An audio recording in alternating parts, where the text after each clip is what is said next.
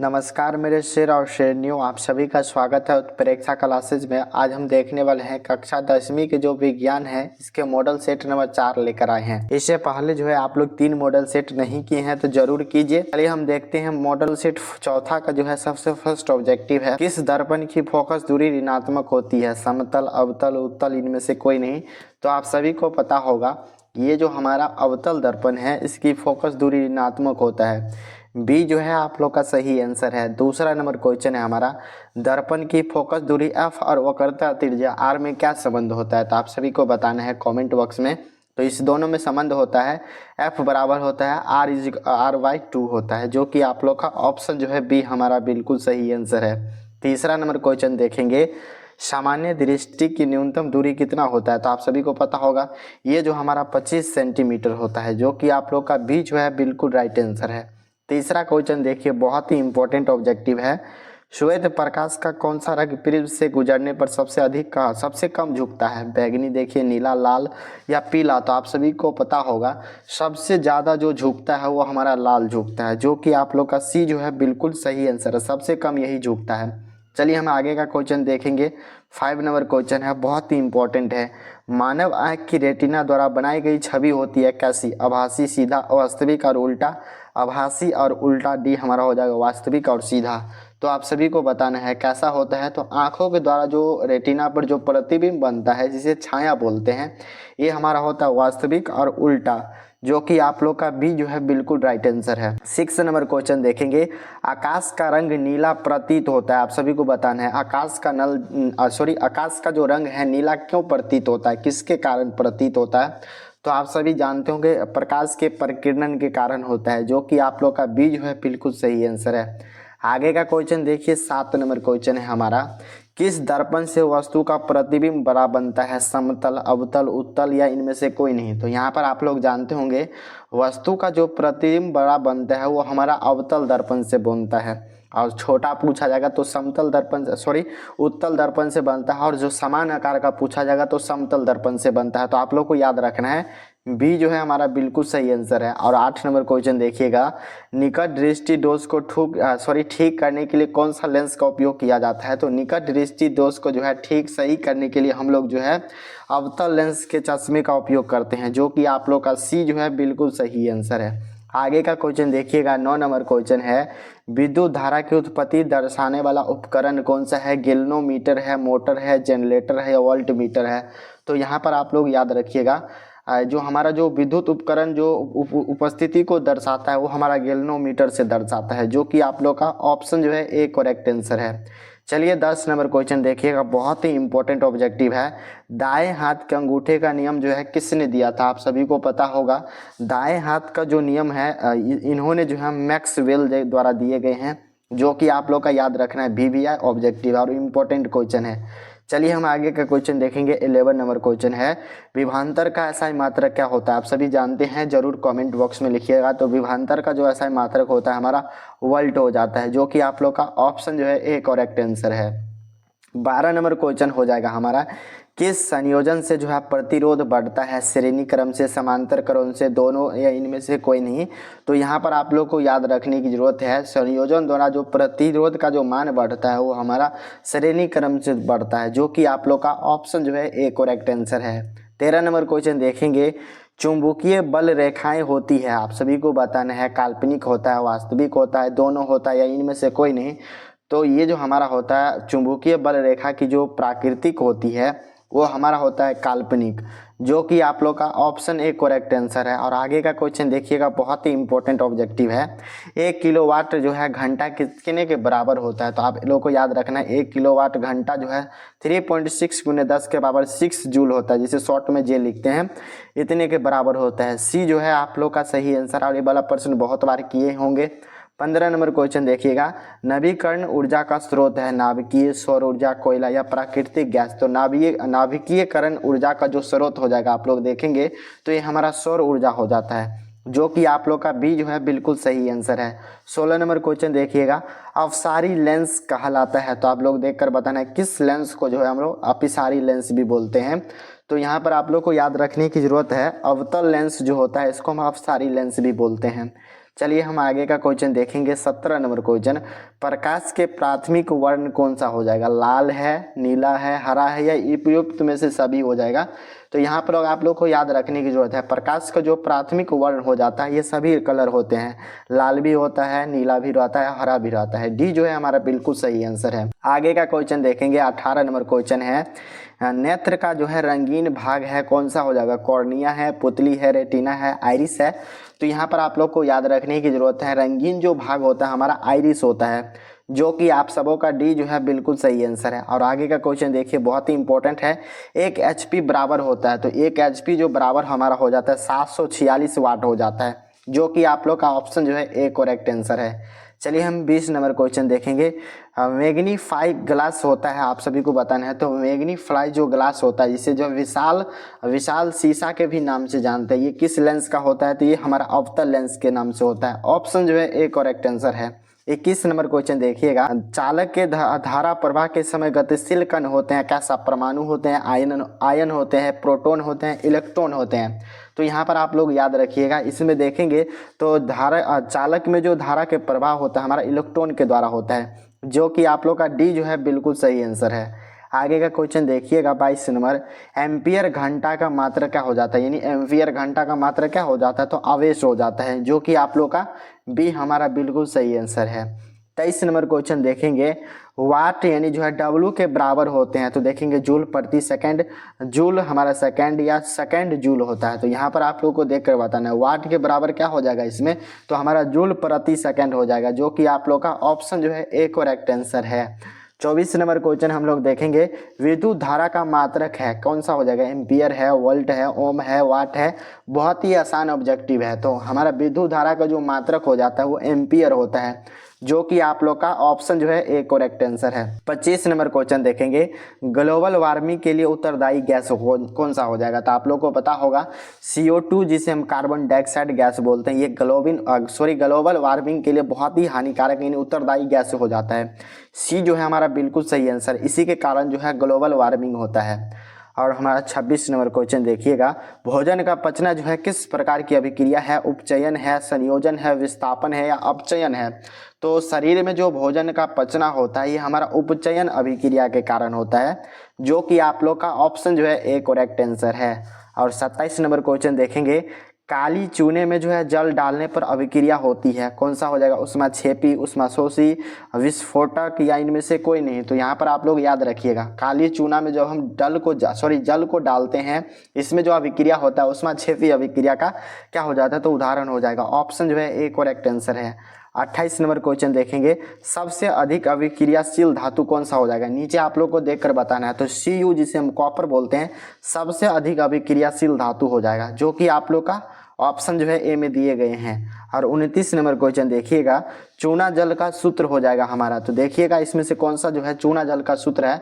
तो हमारा CaOH के होल स्क्वायर, ये जो हमारा चूना जल का क्या हो जाएगा? सूत्र हो जाएगा। ऑप्शन जो है डी करेक्ट आंसर हो जाएगा। 30 नंबर क्वेश्चन है हमारा, लाल लिटमस को नीला करने वाला विलयन का pH मान जो है कितना होगा? 11 होगा, 10 होगा, 5 होगा या ए और बी दोनों हो जाएगा? तो यहाँ पर आप लोग याद रखना है, कोई भी विलयन जो है लाल लिटमस को नीला कर देता है, उसका pH मान जो है 7 से अधिक होगा। 7 से अधिक में हमारा 8 भी आ जाएगा, 9 भी आ जाएगा, 10 भी आ जाएगा, 11 भी हो जाएगा। तो ये हमारा ऑप्शन डी हो जाएगा, जो कि आप लोग को याद रखने की जरूरत है। 31 नंबर क्वेश्चन देखिएगा, एल्काइन में कार्बन के बीच जो है कितने सहसंयोजक आबंध होते हैं? तो एल्काइन में जो है देखेंगे तो हमारे पास जो है 3 कार्बन के बीच 3 सहसंयोजक आबंध होते हैं, जो कि आप लोग का सी जो है हमारा बिल्कुल सही आंसर हो जाएगा। 32 नंबर क्वेश्चन देखेंगे, ग्लूकोज का जो है आणविक सूत्र क्या है? तो आप लोग को यहाँ पर देख कर बताना है, ग्लूकोज का आणविक सूत्र क्या हो जाएगा? तो हमारा C6H जो है हमारा 12 और O6, ये जो हमारा ग्लूकोज का क्या है? आणविक सूत्र है। ऑप्शन जो है ए करेक्ट आंसर है। आगे का क्वेश्चन देखेंगे 33 नंबर क्वेश्चन, उच्च वसीय जो अम्लों होते हैं इसके जो सोडियम लवण कहलाते हैं हमारा साबुन कहलाते हैं, जो कि आप लोग का ऑप्शन जो है ए करेक्ट आंसर है। 34 नंबर क्वेश्चन देखिएगा, CHO अभिक्रियाशील मूलक को हम लोग क्या बोलते हैं? तो CHO अभिक्रियाशील मूलक को जो हम एलिहाइड्रेट के नाम से जानते हैं। ये वाला प्रश्न जो है बहुत ही इंपॉर्टेंट है, आप लोग को याद रखना है। चलिए 35 नंबर क्वेश्चन देखेंगे। आवर्त सारणी में जो है बाएं से दाएं जाने पर जो है परमाणु त्रिज्या होती है, कैसी होती है? ऑप्शन ए देखेंगे तो घटती है, बी देखेंगे तो पहले घटती है फिर बढ़ती है, सी हमारा समान रहती है, डी बढ़ती है। तो यहाँ पर आप लोग को याद रखना है, जब भी जो आवर्त सारणी में किसी आवर्त को अगर बाएं से हम दाएं की और तत्वों की ले जाते हैं तो इसकी परमाणु जो त्रिज्या होता है घटती है, जो कि आप लोग का ऑप्शन ए करेक्ट आंसर है। आगे का क्वेश्चन देख लीजिएगा 36 नंबर क्वेश्चन। LiOCbF को जो है धातु गुण को बढ़ते क्रम में सजाना है, तो यहाँ पर क्या हो जाएगा? पहले हमारा Li हो जाएगा, फिर Be हो जाएगा, फिर C होगा, फिर हमारा O होगा, फिर F हो जाएगा। तो यहाँ पर आप लोग का बी जो है बिल्कुल सही आंसर हो जाएगा, याद रखिएगा ये क्वेश्चन। 37 नंबर क्वेश्चन है, सिलिकॉन है क्या है? धातु है, अधातु है, उपधातु है, या इनमें से कोई नहीं? तो यहाँ पर आप लोग को याद रखने की जरूरत है, सिलिकॉन जो है एक प्रकार का हमारा उपधातु है, सी जो है आप लोग का सही आंसर है। 38 नंबर क्वेश्चन देखिएगा, निम्न में से कौन विद्युत धनात्मक तत्व है? तो यहाँ पर आप लोग देखकर बताना है, सी है, Cl है, Na है, या हमारा P हो जाएगा? तो विद्युत धनात्मक जो तत्व हो जाएगा हमारा C हो जाएगा, जिसे हम C शॉर्ट में कार्बन के नाम से लिख देते हैं। ऑप्शन जो है ए करेक्ट आंसर है। चलिए 39 नंबर क्वेश्चन देखिएगा, टिहरी बांध का निर्माण जो है किस राज्य में है? उत्तर प्रदेश, उत्तराखंड, राजस्थान, बिहार? तो यहाँ पर आप लोग को याद रखना है, टिहरी बांध का जो निर्माण करवाया गया था उत्तराखंड में किया गया था, जो कि आप लोग का बी जो है बिल्कुल सही आंसर है। 40 नंबर क्वेश्चन हम देखेंगे, किस धातु को जो है क्लोरीन में डुबो कर रखे जाते हैं? बहुत ही इंपॉर्टेंट ऑब्जेक्टिव है और ये प्रश्न को आप लोग को हर हाल में याद रखना है। मैग्नीशियम को, सोडियम को, पारा को, टंगस्टन को? यहाँ पर आप लोग याद रखिएगा, केरोसिन के जो तेल में हमेशा डुबो कर रखते हैं, सोडियम को डुबो कर रखते हैं, जब भी इसको बाहर निकालेंगे तो इसमें आग पकड़ लेता है, तो इसीलिए इसको हमेशा केरोसिन के तेल में डुबा कर रखा जाता है। बी जो है आप लोग का बिल्कुल सही आंसर है। चलिए आगे का क्वेश्चन देखिएगा 41 नंबर, अपमार्जक से बनाए जाते हैं क्या? सर्फ एक्सेल बनाया जाता है, बी देखिएगा हमारा शैम्पूल हो जाएगा, सी हमारा एजी सर्फ हो जाएगा, डी इनमें उपयुक्त में से सभी। तो यहाँ पर आप लोग को याद रखने की जरूरत है, अपमार्जक से जो है ये सभी चीज़ बनाया जाता है, एक्सेल भी बनाया जाता है, हमारा शैम्पू भी बनाया जाता है, और साथ में हमारा एजी सर्फ भी बनाया जाता है, जो कि आप लोग का डी हमारा बिल्कुल सही आंसर है। 42 नंबर क्वेश्चन हम देखेंगे, सौर सेल में जो है किसका उपयोग होता है? बहुत ही इंपॉर्टेंट है, प्लास्टिक का, सिलिकॉन का, यूरेनियम का, या प्लूटोनियम का? तो यहाँ पर आप लोगों को याद रखने की जरूरत है, सौर सेल में जो हम लोग उपयोग करते हैं सिलिकॉन का उपयोग करते हैं, बी जो है हमारा बिल्कुल सही आंसर है। 43 नंबर क्वेश्चन है, निम्न में से जो है किसका उपयोग खाना बनाने वाला ईंधन में नहीं होता है? CNG में, LPG में, बायोगैस में, कोयला में? तो हम लोग को याद रखना है, ईंधन का उपयोग जो है हम इनमें से नहीं करते हैं, CNG में नहीं करते हैं, जो कि आप लोग का ऑप्शन ए करेक्ट आंसर है। 44 नंबर काफ़ी इंपॉर्टेंट है, 2Cu प्लस में O2 और हमारा इधर मतलब होता है तो 2Cu होता है, यह जो है किस प्रकार की अभिक्रिया है? तो यहाँ पर आप लोग को याद रखने की जरूरत है, यहाँ पर ऑक्सीकरण हो रहा है, O2 जो है क्या हो रहा है, इसमें जुड़ रहा है, तो ये हमारा ऑप्शन जो है ए करेक्ट आंसर हो जाएगा आप लोग का। आगे का क्वेश्चन देखेंगे 45 नंबर क्वेश्चन, निम्न में से कौन जो है समीकरण संतुलित नहीं है? तो यहाँ पर हम लोग देखेंगे कौन सा समीकरण संतुलित नहीं है। तो यहाँ पर हमारा 2H2 है, इधर भी 2 है, H2 है, Cl भी हमारा 2 को 2 है, ये तो हमारा बिल्कुल सही है। दूसरा देखेंगे हमारा PbNO3 यानी जो है 3 दूना 6 है, इधर 2 दूना 4 है, तो ये जो हमारा ऑप्शन बी जो है गलत है, ये संतुलित नहीं है। बाकी देखिएगा तो इधर भी 2 गो जो है H2 है, इधर भी 2 गो H2 है, 2 गो O2 है, तो इधर भी 2 गो O2 है, भी सही है। आगे देखिएगा तो हमारा इधर भी जो है 2KCl इधर भी है और O2 हमारा इधर भी हो जाएगा 3 दूना 6, यानी ये भी बराबर है। तो यहाँ पर हमारा जो है ऑप्शन जो है बी सही हो जाएगा, ये जो है इसमें नहीं है। आगे का क्वेश्चन देखिएगा 46 नंबर क्वेश्चन, उदासीन विलयन का pH मान होता है 7, 8, 6, 14। तो यहाँ पर आप लोग को याद रखना है, उदासीन जो विलयन होता है इसका pH मान जो है 7 के बराबर होता है, जो कि आप लोग का ऑप्शन जो है ए करेक्ट आंसर है। आगे देखिएगा 47 नंबर, निम्न में से जो है दुर्बल अम्ल कौन सा हो जाएगा? बहुत ही इंपॉर्टेंट ऑब्जेक्टिव है, तो CH3 और COOH ये जो हमारा क्या हो जाएगा? दुर्बल अम्ल का उदाहरण है, सी हमारा बिल्कुल सही आंसर है। और 48 नंबर क्वेश्चन देखेंगे, क्रियाटोलाइट किस धातु का अयस्क है? बहुत ही इंपॉर्टेंट ऑब्जेक्टिव है, आप लोग को बिल्कुल ये वाला प्रश्न को भूलना ही नहीं है। तांबा का है, लोहा का है, मैग्नीशियम का है, या एल्युमिनियम का है? तो क्रियाटोलाइट जो है हमारा एल्युमिनियम का क्या हो जाता है? अयस्क हो जाता है। ऑप्शन जो है डी आप लोग का सही आंसर है। 49 नंबर क्वेश्चन देखेंगे, पोटेशियम की जो है परमाणु संख्या बताना है। तो पोटेशियम की जो परमाणु संख्या हमारा हो जाता है 19। बहुत ही इंपॉर्टेंट ऑब्जेक्टिव है, ये वाला प्रश्न जो है बहुत बार पूछे गए हैं प्रश्न है। 50 नंबर क्वेश्चन देखेंगे, फॉर्मिक अम्ल का जो है IUPAC नाम बताना है। तो फॉर्मिक अम्ल का जो है ये नाम हमारा हो जाता है मेथेनिक अम्ल, जो है इसका IUPAC नाम हो जाता है, जो कि आप लोग का ऑप्शन जो है ए करेक्ट आंसर है। देखिएगा 51 नंबर क्वेश्चन है, एथाइन अल्कोहल का अणुसूत्र है। बहुत ही इंपॉर्टेंट ऑब्जेक्टिव है, आप लोग को ये वाला प्रश्न को भी याद ही रखना है।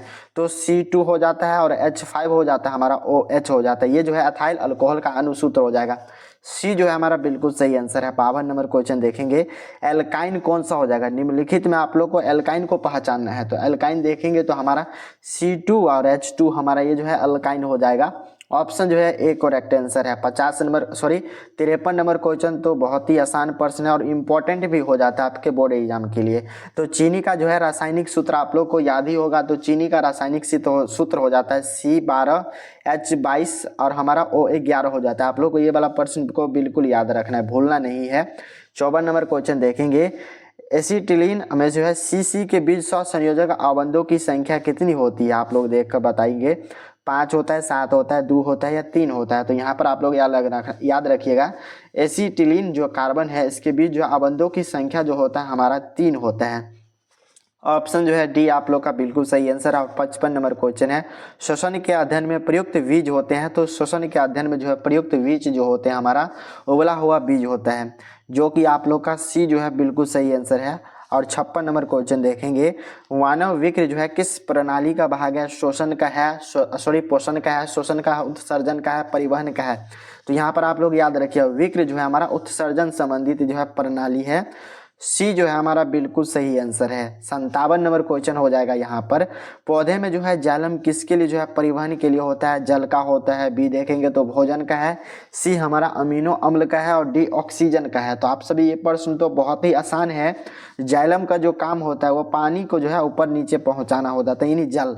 ऑप्शन जो है ए आप लोग का बिल्कुल सही आंसर है। 58 नंबर हम क्वेश्चन देखेंगे, श्वसन के दौरान कौन सी गैस निकलती है। तो हम लोग जब सांस लेते हैं और उसके बाद जो छोड़ते हैं उस समय कौन सी गैस निकलती है। तो CO2 जिसे हम कार्बन डाइऑक्साइड बोलते हैं। और श्वसन के दौरान कौन सी गैस हम लोग लेते हैं, तो O2 लेते हैं, ऑक्सीजन। तो यहाँ पर आप लोग याद रखिएगा। 59 नंबर क्वेश्चन है, बहुत ही इंपॉर्टेंट है, फलों को पकाने के लिए जो है कौन सा जो है हार्मोन रहता है, नियंत्रित करता है। तो फलों को पकाने के लिए जो हम लोग एथिलीन जो है हार्मोन होता है यही नियंत्रित करते हैं। सी जो है आप लोग का सही आंसर है। 60 नंबर क्वेश्चन है, न्यूरॉन का वह भाग जहाँ से जो है सूचना प्राप्त होती है उस भाग का क्या नाम हो जाएगा।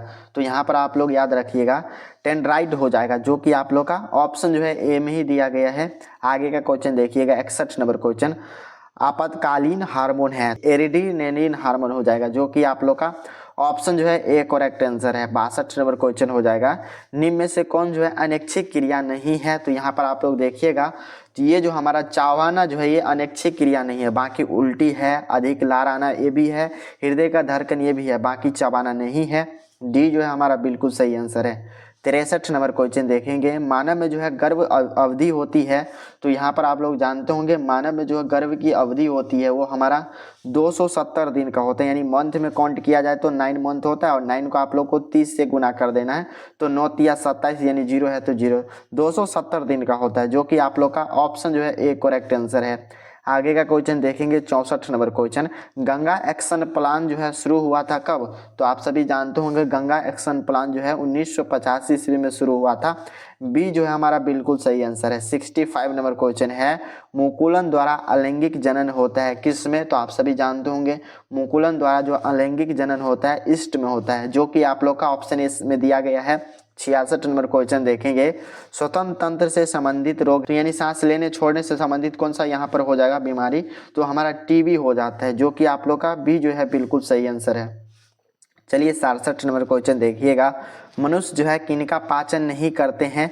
तो मनुष्य जो है किनका पाचन नहीं करते हैं, प्रोटीन का तो करते हैं, वसा का भी करते हैं, सेल्यूलेज का नहीं करते हैं, जो कि आप लोग का बी जो है हमारा बिल्कुल सही आंसर हो जाएगा। ये सभी जो है जानवर में होते हैं। आगे का क्वेश्चन देखेंगे, 68 नंबर क्वेश्चन, ब्रेन हेमरेज का मुख्य कारण क्या होता है। हाइपोटेंशन है, हृदय घात है, हाइपोटेंशन हो जाएगा या पक्षघात हो जाएगा। तो यहाँ पर आप लोग याद रखिएगा, ब्रेन सुनते होंगे ब्रेन हेमरेज हो गया, ये जो है किसके कारण हो जाता है। तो हाइपोटेंशन के कारण हो जाता है, जो कि आप लोग का सी जो है बिल्कुल सही आंसर है। 69 नंबर क्वेश्चन देखिएगा, परजीवी पादप का उदाहरण हो जाएगा। यहाँ पर बैक्टीरिया है, कुरकुट्टा है, विषाणु है, कवक है।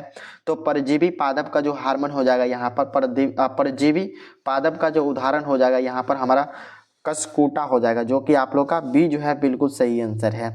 70 नंबर क्वेश्चन देखिएगा, हृदय में जो है रक्त पूरे शरीर में पंप करता है, किसके द्वारा? फेफड़े के द्वारा, नीले द्वारा, ऑलिंद्र द्वारा, या इनमें से सभी के द्वारा। तो यहाँ पर आप लोग को याद रखना है, हृदय में जो है रक्त को संपूर्ण यानी पूरे शरीर में जो पंप करता है ऑलिंद्र के द्वारा किया जाता है, जो कि आप लोग का सी बिल्कुल सही आंसर है। 71 नंबर क्वेश्चन देखेंगे, हाइड्रा में अलैंगिक जनन होता है तो किस विधि के द्वारा होता है? तो आप सभी को पता ही होगा, मुकुलन द्वारा जो हाइड्रा में अलैंगिक जनन होता है। आगे का क्वेश्चन है 72 नंबर क्वेश्चन, जन संचारित रोग हो जाएगा, यहाँ में से देखकर बताना है। सिलिफ्स हो जाएगा, एड्स हो जाएगा, गेनोरिया हो जाएगा, या इनमें से सभी। तो यहाँ पर आप लोग को याद रखना है, जनन संचारित जो रोग हो जाएगा हमारा सिलिफ्स ये भी हो जाएगा, एड्स भी हो जाएगा, गेनोरिया भी हो जाएगा। डी जो है आप लोग का बिल्कुल सही आंसर है। 73 नंबर क्वेश्चन देखेंगे, पुष्प का सबसे बाहरी भाग कौन सा हो जाएगा? आप लोग को लिए बहुत ही इंपॉर्टेंट ऑब्जेक्टिव है। तो पुष्प की जो बाहरी भाग हो जाता है हमारा हो जाएगा बाह्य दल पुंज हो जाएगा, जो कि आप लोग का ऑप्शन जो है ए करेक्ट आंसर है। 74 नंबर क्वेश्चन देखिएगा, बहुत ही इंपॉर्टेंट ऑब्जेक्टिव है। ब्लड ग्रुप ए में जो है एंटीबॉडी होता है, आप लोग को देखकर बताना ए में होता है या ए बी दोनों में होता है, या बी में होता है या हमारा ओ में होता है। तो यहाँ पर आप लोग को याद रखने की जरूरत है, जिसके भी ब्लड ग्रुप ए हो उसके एंटीबॉडी जो होता है हमारा बी के साथ होता है। सी जो है आप लोग का बिल्कुल सही आंसर है।